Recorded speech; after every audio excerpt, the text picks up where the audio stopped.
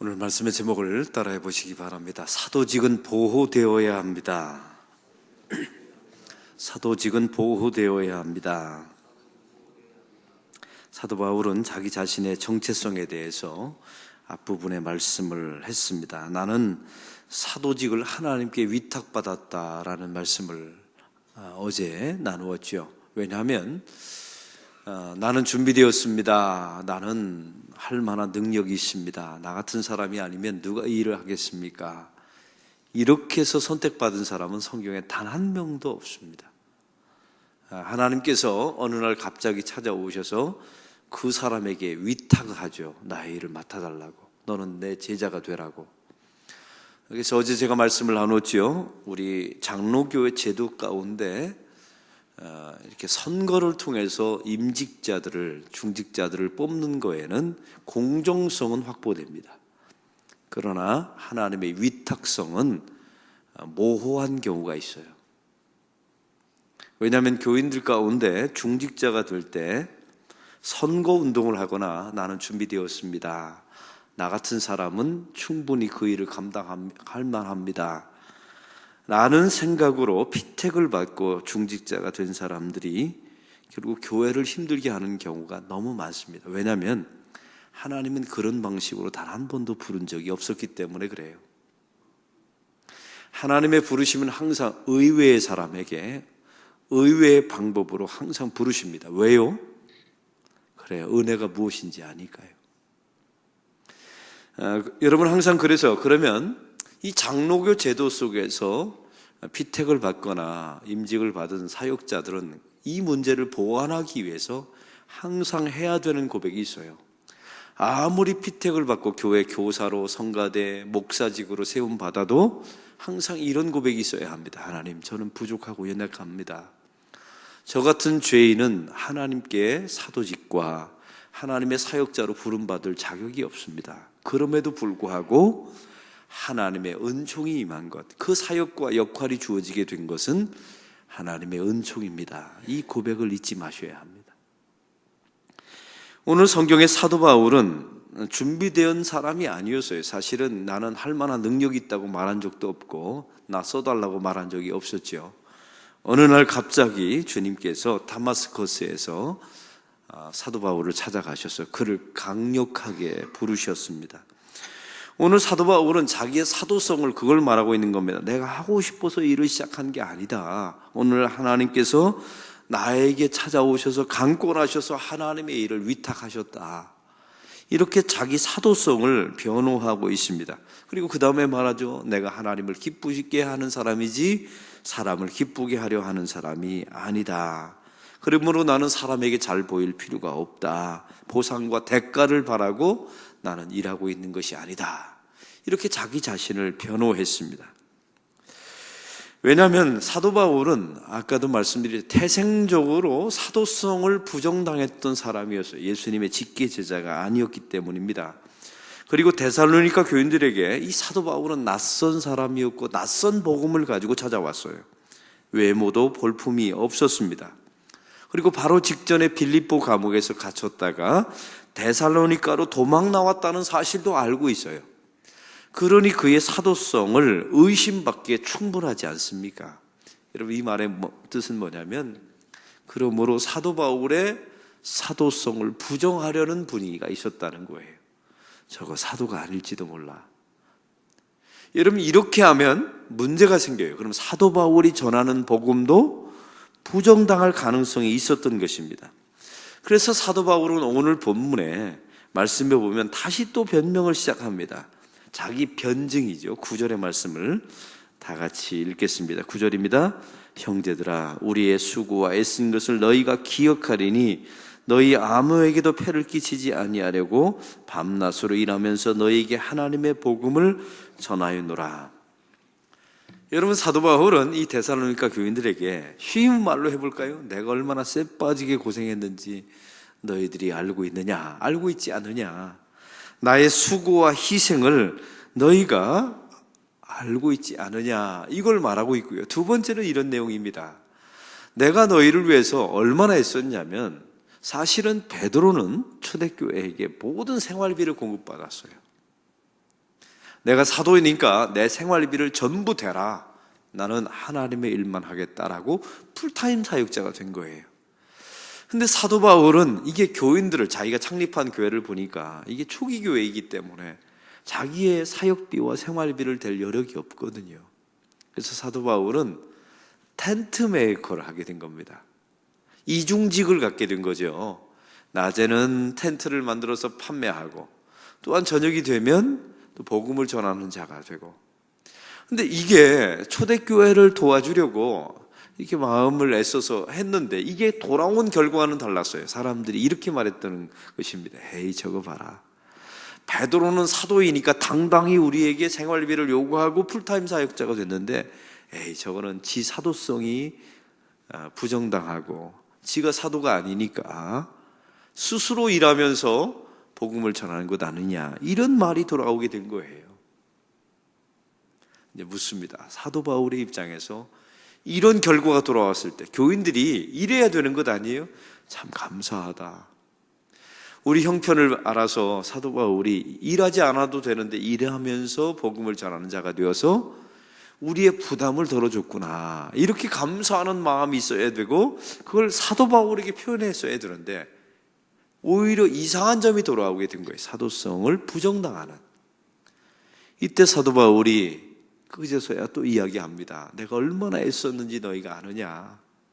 내가 일한 것은 내가 사도성이 없기 때문에 일하는 것이 아니라 너희의 형편을 위해서 배려하느라고 일하는 것이다.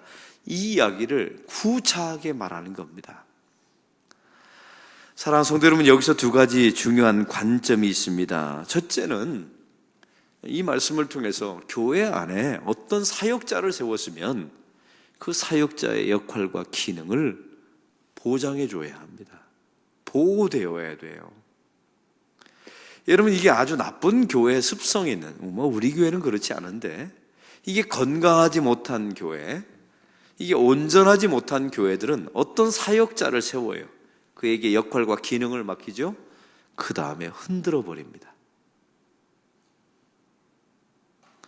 이게 얼마나 나쁜 습성인 줄 아십니까? 여러분, 국가도 마찬가지예요. 지금 대통령이 세워졌어요. 그게 야당이든 여당이든 진보든 보수든 전 국민이 투표해서 기도 가운데 그 사람을 세웠단 말이에요. 그러면 그 사람이 임기 동안에 그 일을 잘할 수 있도록 교회와 성도는 뭐 해야 합니까? 기도해야 돼요. 아무리 부족해도. 왜냐하면 그 배면에는 그 사람을 세워준 거대한 하나님의 섭리가 있거든요. 그 사람의 역할과 기능을 보장해 줘야 합니다. 그리고 그 사람의 장점이 최대한 발휘될 수 있도록 팔을 깔아줘야 돼요. 그런데 이게 미숙한 공동체와 교회는 세워놓고 흔듭니다. 여러분, 세워놓고 흔들면 어떤 문제가 발생할까요? 그 세워진 사역자의 좋은 장점이 나타날 기회가 없어요. 그냥 흔들리다가 끝나버리는 겁니다. 오늘 말씀이 한국 교회에게, 또 우리 안락교회에게 아주 중요한 메시지를 주고 있는 거예요. 이게 정말 사도 바울, 하나님이 세우신 사역자거든요. 그의 역할과 고유의 기능이 있어요. 그러면 교회 공동체가 이 사람을 하나님이 세웠다라는 믿음이 있다면, 또 공동체가 합의해서 세웠다라는 확신이 있다면 그의 역할과 기능과 사도직을 보장해야 합니다. 그리고 그 사람이 마음껏 일할 수 있도록. 그럼 어떻게 해야 합니까? 오늘 성경에 이 말, 내가 얼마나 애썼는지 너희가 아느냐, 이렇게 말하기 전에 당신 참 애쓰고 있습니다. 당신의 수고가 귀합니다. 이걸 우리의 표현과 말로 그들에게 표현해 주어야 합니다. 할렐루야. 이런 문화가 없는 공동체는 천박한 공동체예요. 그리고 교회는 사역자들이 세워지지 않습니다. 세워지면 흔들고, 세워지면 흔들고. 이게 습성이 되면요, 누가 서도 그걸 다, 왜냐하면 주변 사람들이 지켜보고 있거든요. 여러분, 그래서 교회는 완전한 사람은 없어요. 다 부족한 사람들이 세워지죠. 그러면 흔들지 마시고, 저 사람은 공동체가 기도 가운데 하나님의 섭리 가운데 세워졌다. 저 사람이 잘하고 있는 점을 마음껏 활용하고, 그 다음에 부족한 점이 있으면 우리가 도와주고, 그의 사도직과 그의 역할과 기능을 최대한 보장해주고, 그리고 우리 입술로 참 잘하십니다, 당신이 귀합니다, 이렇게 말해서 그 사람이 설 수 있는 문화를 만들어야 돼요. 이게 기독교 문화였습니다. 근데 이 천박한 문화가 교회 안에, 이 정치 문화와, 왜냐하면 정치는 일단 흔들고 보거든요. 상대방을 무너뜨려야 내가 그 자리 갈 수 있지 않습니까? 이 세상의 천박한 세속의 문화가 교회 안에 들어오는 순간부터 이 교회는 시스템이 무너지는 거예요. 여러분, 저는 오늘 말씀을 보면서 참 사도 바울 입장에서도 참 애잔합니다. 왜냐하면 이게 자기는 최선을 다해서 신실하게 했는데 돌아온 것은 부정밖에 없으니까요. 그래서 내가 얼마나 했었는지 아느냐? 내가 텐트 메이커가 될 수밖에 없었던 이유는 이런 거다라고 말할 수밖에 없는 이 환경을 보세요. 얼마나 애잔한 분위기입니까? 또 한 가지 사도직은 보호되어야 된다는 첫 번째 의미와 두 번째는, 우리는 사도는 분명히 사도 바울은 그렇습니다. 나는 돈 보고 일하는 게 아니다, 나는 사람의 인정을 구하려고 일하는 게 아니다 라고 말은 했어요. 근데 중요한 것은, 사람은 정말로 그렇습니까? 사람은 그렇지 않아요. 사람의 인정과 격려가 있어야 그 일을 감당할 수가 있습니다. 그러니까 사도 바울은 신입니까? 인간입니까? 인간이죠. 뭐가 필요했을까요? 격려가 필요했던 거예요. 인정이 필요했던 겁니다. 만약 사도 바울에게 누군가가 당신의 텐트 메이커 하는 이유를 내가 알고 있습니다, 당신이 우리를 배려하기 위해서 그렇게 했다는 거 내가 압니다, 이 말 한마디가 누가 했더라면 사도 바울은 이 말을 이렇게 구차하게 하지 않았을 거예요. 여러분, 교회 공동체도 마찬가지입니다. 우리가 하나님의 사역자들이 서면 항상 우리 장로님들 애쓰십니다, 우리 교사들 애씁니다 라고 격려하고 축복하는 이런 거룩한 문화를 우리 교회가 만들기를 소망합니다. 할렐루야. 그렇게 될 때 우리 교회는 성숙하게 되고 하나님의 사역을 잘 감당하는 교회가 될 줄로 믿습니다. 제가 얼마 전에 보니까, 몇 년 전입니다, 제 아이들이 제 아내를 이렇게 무시하고 제 아내의 역할을 이렇게 무너뜨리는 일을 제가 보았어요. 그때 제가 두 아들을 놓고 이런 말을 했습니다. 야, 이놈들아, 특별히 첫째 아이한테 제가 그런 말을 했습니다. 네가 어렸을 때 수술 받으러 들어갈 때 네 어머니가, 네 엄마가 수술실 밖에서 너를 위해서 통곡하며 울더라. 제가 이야기를 해줬어요. 왜냐면 아이는 수술실로 들어갔으니까 그걸 모르잖아요. 네가 태국에 갔을 때 너를 띄워놓고 공항에 나올 때 제 아내가 통곡을 하더라고요, 저한테. 아이를 떼어놓고 돌아온 거 역할을 왜 나한테 맡겼느냐고 하면서, 공항에 제가 이제 나가서 아이를 떼어놓고 돌아오는데, 한국에 오는데 통곡을 하면서 참 아이를 사랑하는 모습을 보이더라고요. 아이가 그걸 어떻게 알 수 있었겠어요? 그래서 제가 그 얘기를 제 두 아이에게 했습니다. 너희 두 아이를 떼어놓고 네 엄마가 돌아올 때 내 앞에서 통곡했다. 아빠는 안 울었다. 이야기를 하면서, 아빠는 안 울었는데 네 엄마가 울었다, 통곡하면서. 놀라운 사실은요, 제 두 아이가 숙연해지더라고요. 그렇게 엄마에 대해서 무시했던 아이들이 숙연해지더라고요. 사랑하는 성도 여러분, 이런 과정들이 교회 안에도 있어야 합니다. 수고한 사람은 수고한 사람의 대접을 받아야 되고, 애쓴 사람은 애쓴 사람의 대접을 해줘야 되고, 여러분, 그래야 교회가 돌아가요. 할렐루야. 여러분, 사도직이 보호되어야 된다는 이유가 무엇입니까? 여러분, 사도가 전하는 복음이 귀하기 때문에 그래요. 우리 교회가 건축위원회가 세워지고 또 당회가 세워지고 수많은 사역자들이 세워집니다. 여러분, 이들이 귀한 것은 장로님이기 때문에, 목사이기 때문에 귀한 게 아니에요. 교사이기 때문에 귀한 게 아니라 그들이 하는 사역의 내용이 중요하기 때문에 그렇습니다. 목사직은 말씀을 전하는 귀한 직분이요, 장로직은 치리와 감독을 감당하는 중요한 직분이요, 교사는 어린아이들의 영혼을 책임지는 귀한 직분이요, 성가되는 그들의 찬양을 통해서 성도들에게 마음을 열고 그 찬양의 메시지 가사를 통해서 은혜를 끼치고 마음이 열어서 그 다음에 복음이 들어갈 수 있는 창문을 여는 역할 아닙니까? 여러분, 그 사역자들이 하는 그 내용이 얼마나 복음을 다루는 중요한 내용인지 몰라요. 그래서 사도직을 보호하라는 것은 사도가 전하는 말씀을 보호하라는 이야기예요. 장로직을 보호하라는 것은 그 장로직 자체를 보호하라는 게 아니라 치리와 감독의 역할을 교회가 소중히 여기라는 의미입니다. 할렐루야. 이런 거룩한 역할, 문화가 우리 교회 안에 있기를 소망합니다. 어떤 사람을 세워놓고 흔들어버리고 그 사람이 전하는 복음의 가치도 훼손되는 이런 천박한 문화가 우리 교회 안에 없기를 소망합니다. 좀 부족하더라도, 여러분 눈에 성이 안 차더라도 내가 돕고 함께하고 소중히 여기고 그의 역할을 세워주고 칭찬과 격려를 통하여 함께할 때 하나님의 교회는 세워지게 될 것입니다. 여러분, 사도 바울도 마찬가지입니다. 그러면 사도 바울은 어떤 일을 했을까요? 오늘 10절의 말씀을 한번 다 같이 읽겠습니다. 우리가 너희 믿는 자들을 향하여 어떻게 거룩하고 옳고 흠 없이 행하였는지에 대하여 너희가 증인이요 하나님도 그러하도다. 여러분, 사도 바울은 그냥 사도직을 보호해달라고 말한 게 아닙니다. 내가 어떻게 거룩하였는지 그런 정말 노력했어요. 거룩하려고 흠이 없이 결함이 없이 하려고 노력했습니다. 그리고 오늘 성경 11절에 말하죠. 사도 바울은 아비가 자식에게 함같이 본을 보이려고 무던히 노력했어요. 여러분, 교회 사역자들은 나름대로 발버둥을 칩니다. 여러분은 어떤 분은 그래요. 저분이 저렇게밖에 못하나. 그럼 제 속에 항상 하는 말이 있어요. 네가 해봐라. 여러분, 축구를 하면 여러분 우리 관중으로서 뭐라고 말합니까? 저러면 안 되는데요. 어떻게 볼을 저렇게 찹니까? 네가 해봐라. 감독들이 그런데요. 항상 마음속에 그런 매스컴의 기자들이 네가 해봐라. 그게 되는지. 다 여러분 마음대로 되면 전 세계에서 1등하게 해요.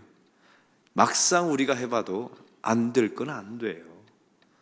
그러면 함께하고 세워진 사람의 역할과 사도성을 보호하고 그들이 가지고 있는 사도성 안에 그 복음을 귀히 여기는 거룩한 문화가 되기를 소망합니다. 사도 바울은 신이 아니라 인간이었던 거예요. 그래서 사실은 칭찬과 격려가 필요했어요. 여러분, 이걸 항상 잊지 마시고, 우리는 항상 착각합니다. 교회 사역자들은 세워놓으면 알아서 잘할 줄 알아요. 그렇지 않아요. 그렇지 않습니다. 항상 격려와 칭찬이 필요하고 누군가가 도와주고 세워주는 역할이 필요합니다. 이런 역할들이 우리 교회 안에, 사역 안에 있을 때 하나님의 교회는 아주 온전하고, 여러분 가정도 마찬가지예요. 자녀의 역할, 부모의 역할, 내 아버지, 할아버지, 할머니의 역할들이 있어요. 그걸 허물어버리면 그 가정은 계속 허물어집니다. 여러분 한번 보세요. 여러분 가문 속에 내 할아버지, 할머니의 시아버지, 시어머니, 내 장인, 장모님, 이런 역할, 그 아버지의, 할아버지의 역할을 부정했던 집안을 보세요. 고스란히 대물림을 받아요. 여러분은 그 대접 안 받을 것 같아요? 받습니다. 왜요? 본 게 그건데요. 본 게 없는데요. 그 가문의 문화 속에서 경험한 게 없는데요.